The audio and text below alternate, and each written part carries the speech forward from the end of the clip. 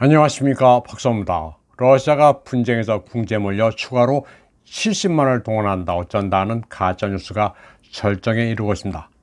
이는 우크라이나 국방안보위원장 알렉세이 다닐로프의 주장을 퍼나른 겁니다. 다닐로프는 푸틴이 최소한 100만 명을 추가로 동원할 것이며 이 병력을 1년 동안 훈련시킬 것이라고 주장했습니다. 이런 가짜뉴스를 그대로 믿고 이제 푸틴 정권은 민심 위반의 직면에 무너질 것이라는 등의 악성 주장이 만연합니다. 여기에 동조해서 러시아 욕하면서 큰일 났다고 하는 한국인도 있습니다. 그리고는 멸공도 외칩니다. 참 구한 말 얘기할 필요도 없습니다. 국제정세를 몰라 조선이 망했다느니 하는 말은 할 필요도 없습니다. 정말 코미디입니다. 그러자 드미트리 페스코프 크렘린궁 대변인은 그런 방침 자체가 없다면서 대통령과 국방부의 공식 성명만 믿으라고 촉구했습니다. 러시아 당국이 젊은이들을 마구잡이로 잡아 군대에 집어넣고 있다는 얘기들은 새빨간 거짓말입니다. 오죽하면 크렘린 대변인이 그런 말들은 다 허위라고 강조할 정도입니다. 푸틴 대통령 9월 말 부분 동원령에 서명했습니다. 그리고 10월 28일 세르게이 쇼이구 국방부장은 예비군 소집 30만 명이 완료됐으며 추가 소집은 없을 것이라고 발표했습니다. 페스코프 대변인은 소셜미디어에 선정적인 메시지가 많다면서 국민들이 이에 대해서는 신경 쓸 가치조차 없다고 강조했습니다. 부분 동원은 1년 의무 군 복무 징집과는 별개입니다. 러시아 국방부에 따르면 11월 1일부터 12월 31일까지 12만 명이 징집될 예정입니다. 물론 이들은 우크라이나에 투입되지 않습니다. 또 러시아 연방에 합류한 4개 주에도 배치되지 않습니다. 우크라이나 특수 군사작전에 투입된 병력은 모두 군 경험이 있는 예비역들입니다. 서구 미디어들은 일부러 이를 구분하지 않고 러시아가 추가로 대규모 병력 동원을 한다고 가짜뉴스를 미친듯이 뿌려대고 있습니다. 아울러 소셜미디어에 민심교란 목적으로 악성 헛소문을 유포하고 있습니다. 한편 세르게이 쇼이구 러시아 국방부장은 화요일 11월 전과를 발표했습니다. 그에 따르면 11월 한 달 동안 우크라이나군은 8,300명의 병력, 3대 전투기, 10대 헬기, 149대 전차, 300대 이상의 장갑차를 잃었습니다. 쇼이구 부장은 또 러시아군이 정밀 무기로 우크라이나군 지휘소와 무기 생산 시설에 대한 공격을 감행해 키예프의 전쟁 수행 능력에 상당한 피해를 입혔다고 밝혔습니다. 지난주 우어줄라 폰데어 라이엔 유럽연합 집행위원장은 10만 이상의 우크라이나군이 전사했다고 발언했다가 키예프의 항의를 받기도 했습니다. 키예프 정권은 지금까지 우크라이나군 전사자가 1만 명이라고 우기고 있습니다. 전사자 수를 줄이거나 실종 처리를 해서 모른다고 하면 보상금을 떼어먹을 수 있기 때문입니다. 한편 러시아군은 미제 하이마스 로켓을 모두 추적하고 격추할 수 있는 것으로 전해졌습니다. 리아 노보시즈는 익명의 장성을 이용해 러시아군이 하이마스 로켓을 포착해 추적하는 소프트웨어를 만들어냈다고 보도했습니다. 그동안 격추된 하이마스 잔해에서 전자부품을 수거한 뒤 이를 연구해 대응책을 만든 겁니다. 인터뷰에 응한 익명의 장성은 지금까지 그의 부대가 지난달 4기를 포함해 모두 10개의 하이마스를 격추했다고 밝혔습니다. 미국은 우크라이나가 하이마스를 이용해 원거리의 러시아 목표물을 공격할까 우려하고 있습니다. 미국의 월스트리트저널은 익명의 미국 관리를 이용해 우크라이나가 제공받은 하이마스로 장거리 로켓을 발사할 수 없도록 몰래 개조해 보냈다고 전했습니다. 지금까지 키예프의 사정거리가 300km가 넘는 에이테킴스 미사일을 보내야 한다는 주장도 있었지만 워싱턴은 이를 거부해왔습니다. 월스트리트저널은 백악관이 마음을 바꿔서 장거리 미사일을 보내거나 혹은 키예프가 다른 곳에서 에이테킴스를 획득하더라도 지금 배치된 하이마스 발사 차량에서는 작동하지 않을 것이라고 보도했습니다.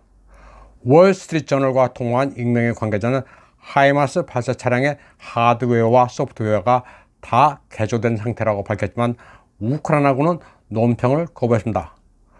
워싱턴은 우크라이나가 미국이 제공한 무기로 러시아 영토를 공격하지 않겠다는 약속을 지멋대로 어겨 위기를 고조시킬까 우려하고 있습니다. 러시아가 마이크로칩 같은 부품 부족으로 무기 생산에 차질을 빚을 것이라는 서방의 예측은 모두 몽상입니다. 러시아 방산기업 로스텍산의 트란스우랄 쿠르간스키 마슈자보드입니다. 러시아군의 최신의 보병 전투차 BMP-3가 활발하게 생산되고 있습니다. 대통령 특사 블라디미르 야쿠셰프와 쿠르간 주지사가 바삐 돌아가는 생산 라인을 시찰했습니다. 바짐 슈셴코프 쿠르간 주지사는 이 자리에서 무기들이 모두 제때 인도될 수 있도록 생산에 박차를 가하고 있다고 설명했습니다. 국가에서 지정한 생산 목표를 초과 달성할 수 있도록 공장을 돌리고 있다고 말했습니다. BMP-3는 BMP-1, 2를 계승하긴 했지만 전혀 다른 차원의 강력한 기갑 전력입니다. 공격력은 현존 보병 전투차 가운데는 최강입니다.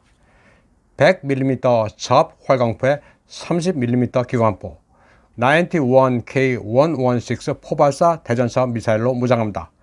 17톤의 가벼운 차체의 최고 속도는 시속 70km로 기동성도 뛰어납니다. 보병 전투차지만 사실상의 경전차입니다. BMP-3는 불곰 사업으로 도입돼 한국군도 운용하고 있는 장비입니다. 쿠르간스키 마슈자보드에서는 공수부대용 보병 전투차 BMD 생산에도 박차를 가하고 있습니다. BMP보다는 소형으로 항공기에서 낙하가 가능한 경보병 전투차입니다. 궤도 폭이 다소 좁은 게 특징입니다. 우크라이나 분쟁에는 러시아 공수부대도 대거 투입되어 있습니다. 다음 소식입니다. 우크라이나에서 두 번째로 큰 도시인 하리코프 시장이 TV에서 러시아어로 연설을 했다가 기소됐습니다. 이고르 제레호프 하리코프 시장은 주민들에게 종종 러시아어로 연설을 하는 것으로 유명합니다. 하리코프는 러시아어 구사 인구가 80%에 이르기 때문에 사실 러시아어로 의사소통을 하는 것은 자연스러운 일입니다. 키예프 당국은 제레호프가 우크라이나 법을 위반했다면서 3,400흐리브냐, 위화로 92달러의 벌금을 매겼습니다. 또 러시아어 소셜미디어도 금지당했습니다. 이에 대해 제레호프 시장은 앞으로 TV 출연 같은 공식적인 자리에서는 러시아어를 사용하지 않겠지만 시민들과 일상적인 소통은 러시아어를 계속 사용하겠다고 말했습니다. 그는 러시아와 싸워 이기는 게 중요한 것이지 러시아어를 사용하는 게 뭐가 문제냐는 입장을 밝혔습니다. 하리코프는 우크라이나어로 하리킵입니다. 그런데 하리코프 시장도 하리코프를 하리코프라고 부르는데 한국인들이 왜 하리키우, 키우라는 엉터리 우크라이나어 표기법을 고집하는지 알 수 없습니다. 제레호프 시장에 대한 비국어 사용 혐의는 표트르 포로셴코가 2019년 서명한 우크라이나 국어법에 의거한 것입니다. 한편 11월 20일 독일 베를린에서는 우크라이나인들이 러시아어로 대화하는 독일인 2명에게 집단 폭행을 가하는 황당한 일도 있었습니다. 11월 24일자 융해벨트에 따르면 우크라이나 국기를 든 5명이 택시 승강장에서 러시아어로 대화하던 독일인 남녀 2명을 맥주병으로 구타해 쓰러뜨렸습니다. 독일인들 가운데 구동독 지역 사람들 가운데는 러시아의 우호적인 인구가 꽤 많습니다. 독일인들에게 러시아어는 배우기가 좀 쉽습니다. 격변화 원리가 상당히 유사합니다. 우크라이나인들은 남의 나라에서도 국어법에 따른 폭력적 법 집행을 하고 있습니다. 남의 나라에서 국가를 고성방가하듯 부르며 주인 행세를 하고 난리 버거지를 피우는 게 우크라이나인들입니다. 이번 방송은 여기까지 하겠습니다. 시청해주신 여러분 감사합니다.